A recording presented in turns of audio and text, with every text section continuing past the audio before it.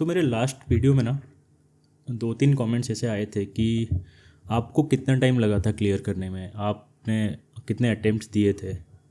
तो मैंने सोचा एक बार वो भी बात करते हैं, कितने अटेम्प्ट्स मैंने लिया था क्लियर करने के लिए और क्या क्या गलतियाँ मैंने किया था जिसकी वजह से मुझे इतने अटेम्प्ट्स लगे, और जो आप ना करो, आप उसको अवॉइड कर पाओ।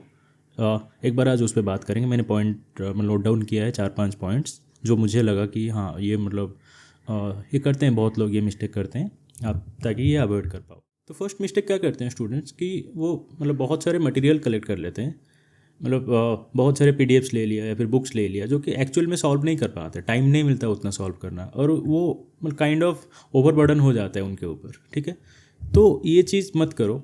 आप एक या दो मतलब अच्छे सोर्सेज पे डिपेंड करो, उसको कम्प्लीटली ख़त्म करो, पूरा उसको सॉल्व करो। उसके बाद अगर आपके पास टाइम बच रहा है, आप अगर चाह रहे हो सॉल्व करने के लिए, तो बाकी दूसरे सोर्सेज पे जाओ।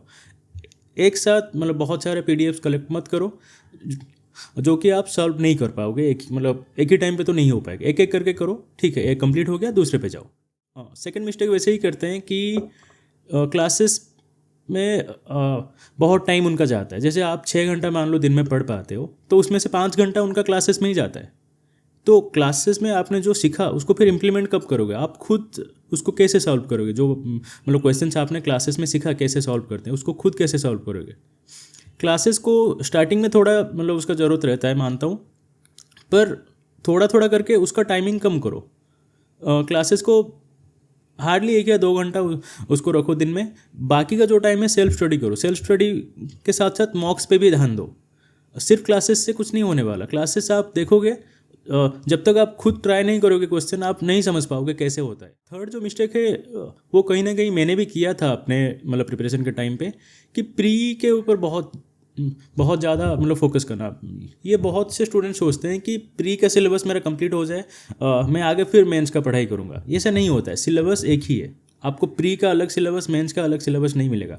सिलेबस एक बार कंप्लीट करो। प्री में थोड़ा सा ईजियर लेवल का क्वेश्चन आएगा उसी सिलेबस के ऊपर। मेंस में क्या होगा, उसी क्वेश्चन को थोड़ा घुमा के पूछेगा, या थोड़ा 1-2 वेरिएबल और मतलब उसके ऊपर और ऐड कर देगा, या तो 1-2 छोटे छोटे क्वेश्चन उसके साथ ऐड करके वो पूछेगा।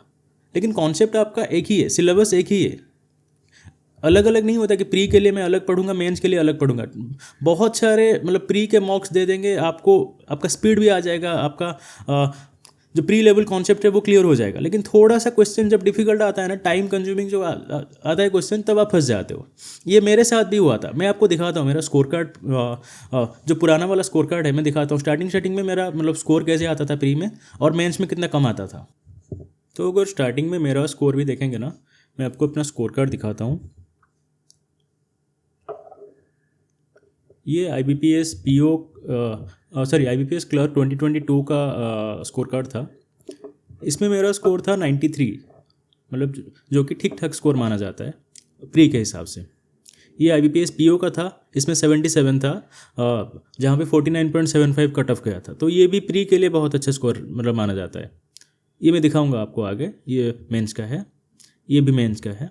ये RBI असिस्टेंट 2023 का स्कोर कार्ड है, जिसमें भी मेरा स्कोर यहाँ पे 94.5 था। तो प्री के हिसाब से स्कोर अच्छे आ रहे थे मेरे स्टार्टिंग में। ये RRB क्लर्क का था, इसमें 77 कट ऑफ गया था, 76.5 मेरा स्कोर था। इसमें अटेम्प्ट भी अच्छा ही था मतलब। तो प्री के हिसाब से मैंने भी स्टार्टिंग में ये गलती की थी, मतलब किया था कि प्री को बहुत ज़्यादा इंपॉर्टेंस में दे रहा था, बहुत प्री के मॉक्स लगा रहा था, जबकि मेंस में मतलब मेंस लेवल के हिसाब से जो चाहिए होता है प्रिपरेशन, वो मेरा नहीं था। ठीक है, तो मेंस का मैं अगर आपको स्कोर दिखाऊं स्टार्टिंग में मेरा कैसा था, तो ये था मेरा 2022 जनवरी में ये हुआ था एग्ज़ाम। और यहाँ पे 80.75 कट ऑफ था और मेरा 84.75 स्कोर था, मतलब जस्ट 4 मार्क्स ही ऊपर थे। ये IBPS PO 2022 का था, इसमें कट ऑफ 71.25 गया था और मेरा स्कोर 83.25 था। तो इसमें भी ठीक ठाक ही मार्जिन था, पर बहुत ज़्यादा मतलब नहीं था। तो ये गलती मैंने भी किया था कि प्री में बहुत ज़्यादा स्कोर आ रहा था मेरा। जो मेंस के लिए प्रिपरेशन चाहिए होता था वो भी मैं मतलब खुद लैक करता था उसमें, तो मेंस में उतना ज़्यादा मार्क नहीं आ पाते थे मेरे। जो फोर्थ मिस्टेक है वो क्या करते हैं स्टूडेंट्स, कि स्टार्टिंग से करंट अफेयर्स को इग्नोर करके चलना। ये क्या होता है कि बहुत ऐसे होते हैं स्टूडेंट, क्या करते हैं वो जब प्री का रिजल्ट आएगा वो तभी करंट अफेयर पढ़ना स्टार्ट करते हैं। ये गलत होता है क्योंकि अभी तो वैसे भी सिलेबस चेंज हो गया, पैटर्न आपका चेंज हो गया। पहले भी मतलब बहुत डिफ़िकल्ट आता था करंट अफेयर्स, अभी मुझे लगता है और भी ज़्यादा मतलब डिफ़िकल्ट और भी ज़्यादा इन डिटेल पूछेगा। तो आपको बहुत ज़्यादा मतलब उसके बारे में जो भी इन्फॉर्मेशन होता है ना वो सब पढ़ के जाना पड़ेगा। तो ये 1-1.5 महीना में तो नहीं होने वाला। 1-1.5 महीना तो वैसे आपको मिलेगा भी नहीं प्री के एग्ज़ाम के बाद, पर जितना भी टाइम मिलेगा उसमें तो ये नहीं होगा। तो आपको स्टार्टिंग से ही करंट अफेयर्स को लेके चलना पड़ेगा। एटलीस्ट आपको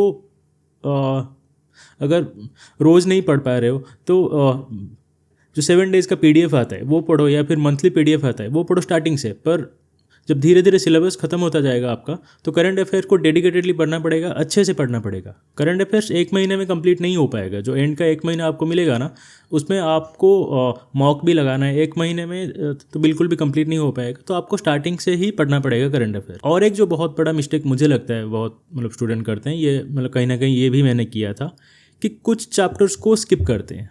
जैसे परम्यूटेशन कम्बिनेशन प्रोबेबिलिटी मतलब टाइप के चैप्टर रहते हैं, इसको मतलब कुछ स्टूडेंट स्किप करके जाते हैं। ये मत करो, क्योंकि अभी अरिथमेटिक आप सोच के चल रहे हो कि हाँ ठीक है अरिथमेटिक में स्किप कर दूंगा, DI आ जाएगा, DI में कर लूँगा, पर इसके ऊपर भी DI आ रहे हैं। जो टॉपिक आप स्किप करके जाओगे प्रोबेबिलिटी बेस्ड DI भी आ रहे हैं, परम्यूटेशन कम्बिनेशन पे भी DI आ रहे हैं, उसके ऊपर कैसलेट भी आ रहे हैं।